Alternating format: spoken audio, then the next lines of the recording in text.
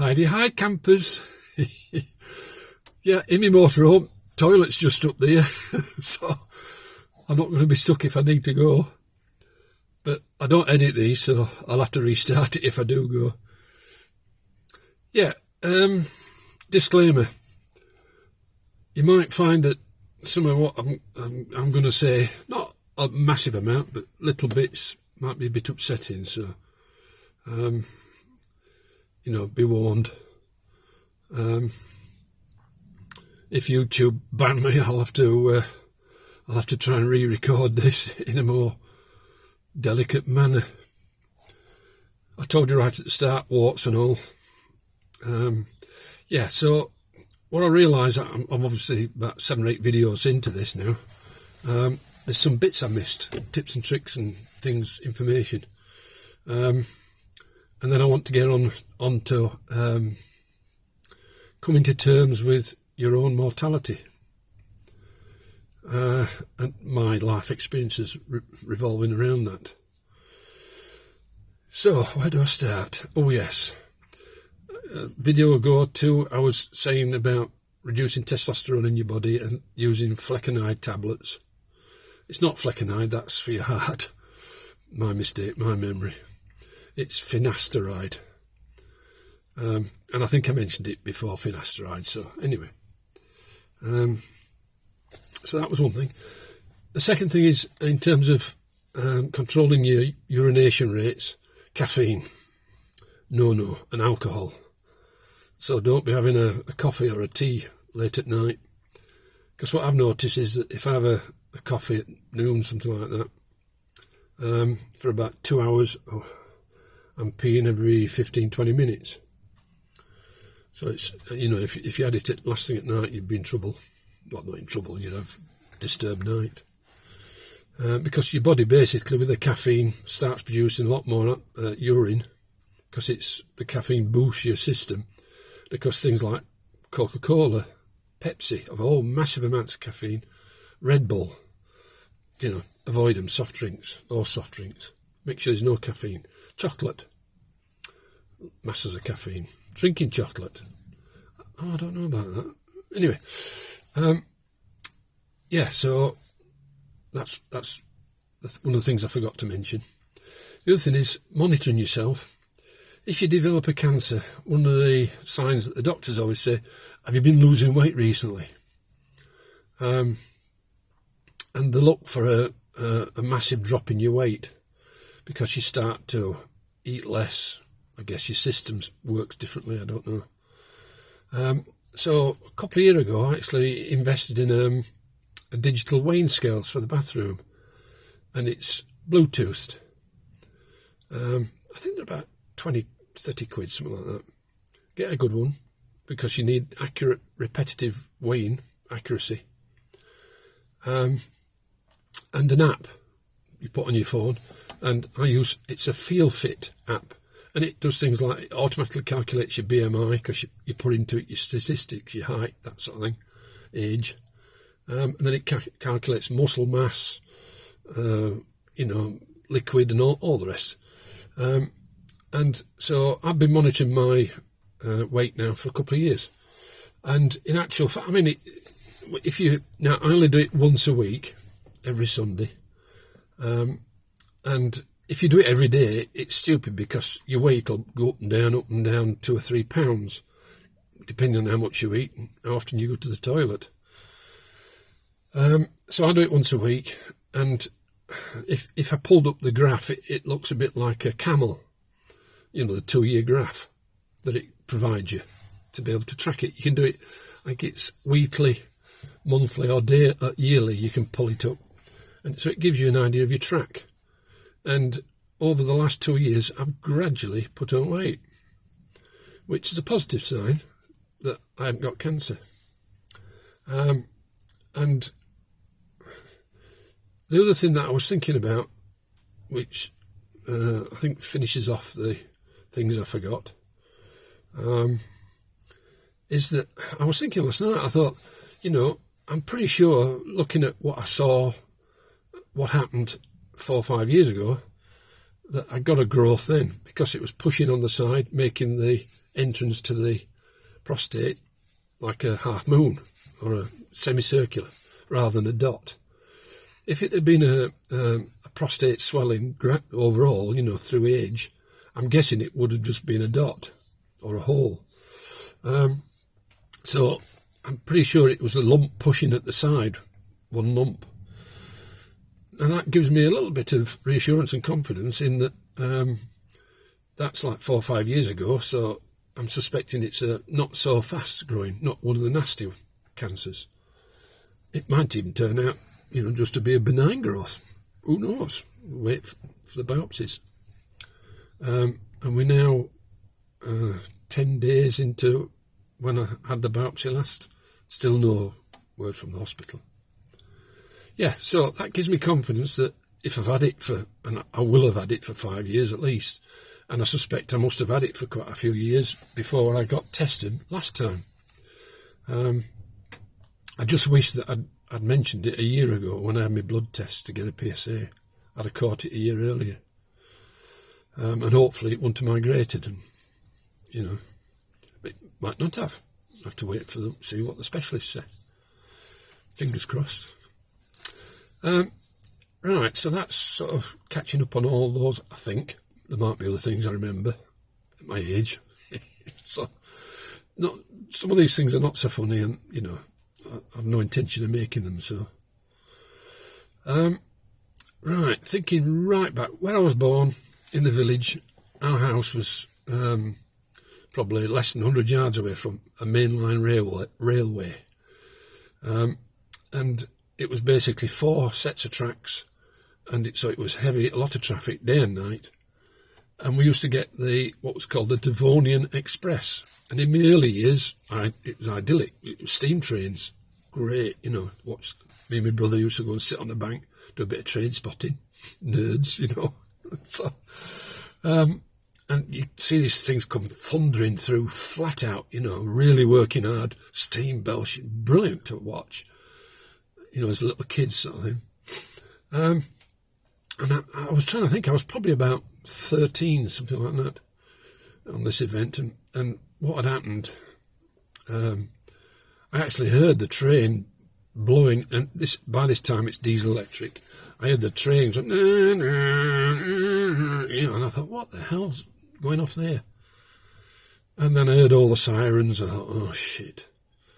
Anyway, what it was that there was this toddler, and on the opposite side of the railway lines there was a load of council houses, and the gardens backed onto the rail track, and all there was just a wire, just single strand wires running across 3 or 4 of them.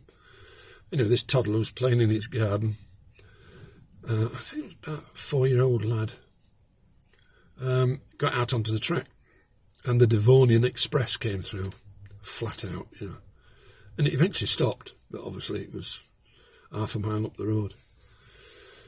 And of course, I didn't know what was going off at that point. It was in all the papers afterwards. So I went down and looked over the bridge to see what was going off. I wish I hadn't really. Because there was all the police and, you know, ambulance crews down there. And they were picking up the bits. And laid on what used to be the railway station where I lived, but they knocked it down. Laid on the platform what I thought was a toy doll's arm. You know, just a tiny, you know, these like plastic arms where they click into the shoulders and the legs on the dolls. It looked like one of them, and it was just I'm trying to show you, just like a bent arm. And it was this little kid's arm. So that was, you know, as I said, you know, it's going to be a bit gruesome, this. So it made me think about, you know, that sort of thing in those days, and I was only in my early teens. The next one was that I'd started work. I was working at the place, and I'm guessing I must have been about 19 at the stage. And I used to see in the morning, I used to see this old guy walking down with boiler suit on, going to the pit, the colliery. Anyway, I was up on the works, you know, fairly high up, and it overlooked the railway lines. And again, it was a main line. And I suddenly saw all these blue lights and thought, what's going off? Looked across, and there's all the police on the railway line. And as I'm looking, just happened to be looking, they're laying out a body bag. Oh dear. And two of these policemen pick up this body, one holding onto the shoulders, the other one onto its feet, lift it up and put it in the body bag, blue overalls. And this guy just retired, and he couldn't cope, and he decided to end it. So he'd walked down his usual time to work in the morning, got up on the line and laid his neck on the line. Because 50 yards, 100 yards up the line is another policeman with a bucket, and I literally saw him pick up this guy's head by the hair and put it in the bucket and put the lid on. Gruesome, and I think that's more or less the end of the gruesome bit, so apologies if it upsets you, but these things make you think in life. So in my early 20s, good mate, Mick, hiya Mick, you'll be watching this I'm sure, we take up motorsports together, motorbike and sidecar. And of course we are desperately risking our lives. We're, life and limb, but of course you're in your early 20s and it doesn't really sink in, but it's a fact that, you adrenaline rush and adrenaline sport. And you never knew whether the Grim Reaper was round the next bend. And we did it for, 6-7 years, quite successful. But eventually work and marriage and things took over life, and I moved on. And he continued doing it, got quite a few lap records and things, so, And I know he'll be watching this because later on, just before I think I had my previous experience, the initial experience at the doctor's in 2018, I was in touch with him and he proceeds to tell me that he's got prostate cancer. So his experiences and what he told me and, have gone into my memory bank because he basically took the decision to have not an orchidectomy, I was just about to say, but a prostatectomy, which is removal of the prostate completely, with all its after effects of potential incontinence, erection problems, all those sorts of things, dry ejaculation, because you don't ejaculate, you just, Anyway, so he's still going, and we're still in touch, and I'll be having a chat with him. Hopefully he's watching this, Mick. So, what we've talked about certainly helped me a bit. So that was skipping a bit. So just winding back, apprenticeship. Saw this thing on the railway line. And then I started work down in Coventry, and I worked there for 25, many years, in a professional management situation. And again, railway lines. We used to bring in coal off the main line with our own trains and wagons and things, and bring it into the processing plant for processing. And we were just having dinner one day, and one of my colleagues, Paul, hi Paul, I don't know if you'll be watching this, but if you are, comes running, quick, there's somebody been injured. So we basically just dropped everything, cups of tea, sandwiches, and ran over to this railway line. Anyway, what had happened was this local lad, I think he was about, this is during the school holidays, right? And what they were doing was that they were riding the wagons that the train was pulling into our processing plant. And it was a big laugh to them. But this lad slipped, and he slipped astride a bar on one of the wagons, and his leg got jammed. I'll not tell you the rest, but, it was then a question of CPR, and he was already gone. He'd lost too much blood. And the hardest part, we got him on the stretcher into the ambulance and away. Hardest part, then his uncle came running up because his mates had all been and told his family.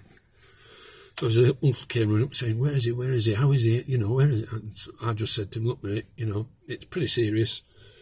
Get yourself down to Coventry and Warwick. That's where he's gone. The hospital. So, and then it was all national news, BBC. So that was that. And then at the same place, as I think I told you before, I was in charge of 130 guys. I got a team of supervisors working days and nights. And one of them, Adam, we'd been up to, what they call them now, been up to Harrogate, where there was a bit like the NEC, where there was a show, an engineering show. And basically it was, to clue ourselves up on what was happening modern day. And I'd gone up in E-type, uncomfortable seats. So just a jolly, really, spend a day out, get to, know your workers better than anything else. And nice guy, I liked him. Anyway, as we came back, we'd spent the day up there and came back from Harrogate down to Coventry. I dropped him off, and as he got out of the car, he went, oh, my back. I said, I know it's these bloody seats, because, they're not comfy at all in OD types. Anyway, I think it was the following day, he didn't come into work. So his son worked, Ian. Hi Ian, I don't know if you'll be watching this, very doubtful. So, and he was a bloody good welder, Ian, if you're watching. Anyway, I caught Ian and I said, how's your dad? Is he all right? He's not coming. He says he's gone to the doctors. His back pain, So I said, yeah, he was complaining yesterday, Anyway, we got the word through eventually. He got, I think it was either liver or kidney cancer. So, gave him a few days, and I phoned up his home and said, how's Adam, to his wife. And she said, he's got cancer and it's not looking good. So I said, would you have any objections to me coming through and having a sit and chat, a cup of tea with him? No, she says, feel free. Just phone up before you come to make sure that, everything's okay. So I said, no problem. So I said, come over. So I went over and had a cup of tea, sat down with him and talked about things and how he was and things. So I got first-hand experience of that situation. And I went back a few times, and after about 3 or 4 weeks, and I was beginning to get to a situation where all his weight was falling off him, literally. It was like something from one of the concentration camps, his arms literally were just bone with skin hanging off it, whereas previously he'd been stocky. Not overweight, fit enough, Anyway, so last time I saw him, he was looking poorly, really poorly. So I then phoned up a week after and says, I was thinking, she says, no, not really. She's best not come. He's not too well. Anyway, literally from getting out my car to going to his funeral was 6 weeks. So you start to realise at that stage the fragility of life. And let me think what else happened then. An old friend on the campsite down in Spain. Known him for quite a few years, and he just keeled over. Ex-copper, big guy, well built. That was it, keeled over, and I was with him sort of there. I wasn't with him when he keeled over. Basically, some people came running and said, your friend's collapsed. And he'd had a massive heart attack. And I was there while the paramedics were treating him and things, and police. So you begin to realise how, and I tend to say to people, it's like a candle, life. It just, and it's gone. You've expired, it's finished. Two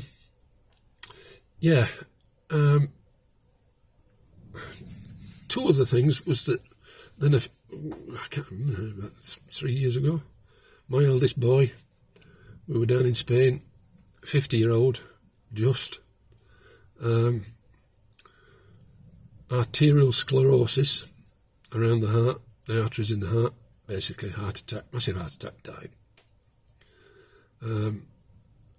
It had all the warning signs, didn't go to hospital, didn't see a doctor. That's what happens if you don't get treated. So your health is your responsibility. Nobody else's. Nobody's going to come running if you're feeling poorly. You've got to go and seek help and advice. You're not being weak or whatever. Seek it, Otherwise, Grim Reaper will come knocking. What was I prior to that? Oh, yeah. When I moved into Cornwall, 22 years ago now, I basically sought employment and worked for the MOD for quite a few years, and worked two of the bases around here for in different roles. I'll not go into all that detail, but effectively I met this guy, colleague, Mickey Burke, and vast experience this guy had of life, and we kind of shared. And basically from where I lived to one of the air bases, it was almost an hour's drive, so we kind of shared. So I mainly drove, because I enjoy driving, being an ex-racer, and basically we used to have all these theoretical, but I can't remember the term for it now, but we used to chat about everything, and this guy, he actually took the Mensa exam, and apologies, Mickey, alright me boy, how are you, be Jesus now, because he's Irish, called Michael Burke. so anyway, so he took the Mensa exam, and I think it was either 170 or 180 scored. He was in the top 1 or 2% of Mensa. Very intelligent, but vastly interesting to talk to, and he's basically chief engineer, cable laying out on ships and all that sort of stuff. So great, and he used to explain all fibre optics and educate me on how things worked. Even the digital clock in the car, how it dimmed down when you turned the ignition off, and we got into those sort of topics. So, and he at one point he volunteered at Samaritans, and if you don't know Samaritans, it's a UK charity that basically is a hotline that anybody in distress can call, and you can, if you're feeling suicidal or whatever, you can sit and basically talk to somebody on the other end, and hopefully get some relief from what you're intending to do. So it's, if you say the Samaritans in the UK, everybody knows what it means. If you phone the Samaritans, you're suicidal. Anyway, so he had that sort of experience in life, and it's just started to hail, so you might get a little bit of background noise. So we had this discussion one day, and I can't remember how it came about, but we talked about more or less everything. And roll with laughter at a lot of things, So, but we got talking about death, and of course, and what it's, how you get used to it and things, and and I was saying, I can't. Why is it these old people, get ratty and grumpy, in their old age? And he sort of said, not to that question specifically, but that's where I think it emanated from, about how old people change their attitudes to life and things around them. And some go this way and some go that way, And I think I'm going that way. this way. so he basically, what he explained was that he says you won't perceive it now. He says because you're too young. He says, and so you haven't had the experiences that they've had yet. He said, but as life goes by and those experiences build up, he says, and the way that you think about things will change slightly. And this is because it changes us all. Every year that goes by, you adjust and change and modify. And he says, so what happens? He says, when you reach a point in life, who knows what point, but a point, you become, not accustomed, that's the wrong word, but you accept and I'm trying to think of the right words really, because I can't remember exactly what he said. But basically what he was saying is you come to terms with death. And I know it's a bit of a funny topic to be talking about here, but in a sense, I know what he means now, because, I've had those experiences and, and what he was saying, even sort of 15 years ago, I didn't really conceive or perceive. Not conceive, I'm not getting pregnant. So, anyway, in a sense, what's on my potential horizon, cancer, death, mortality, my own mortality, doesn't faze me. Don't get me wrong, I love life. I mean, the beauty of our world and, life itself, and what a gift that we've been given, to experience this. And I often say to people, it's the rich tapestry of life, when you're going through somebody's death, or, because it is, it's all part, and it's all of great value, it's amazing, and I can understand why some people think God is real. I'm not that religious. So the only thing that obviously it's difficult to perceive not being here and not having not being alert and having your brain functioning. And I can understand people believe in afterlife and things. I don't know. I might find out soon.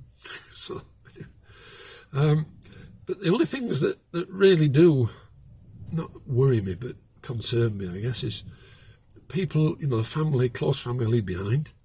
My wife's not well, so I tend to care for her a lot.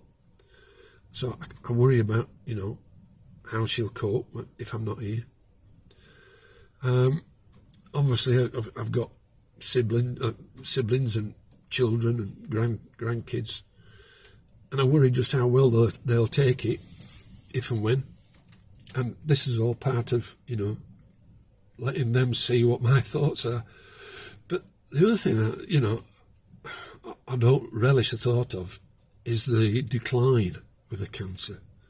That slow decline, because I've seen it. The pain, the illnesses, the symptoms. I can't. And you see it now with like Derek. I can't remember her name now, but there's programs on the TV now about Derek. And you're seeing it about the lack of state funding for care. And, how's my wife going to cope with me sort of messing myself and not being able to walk and, and bed bathing? It's just, she has difficulty getting around herself.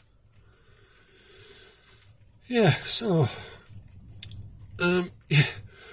hopefully, I don't know if it's been a help to you. It's certainly helping me in a strange way. At least I know I'm putting it out there, and if you're watching it, kids, grandkids, friends, family, which I'm sure you will, because, you're all watching the series, you've got my viewpoint.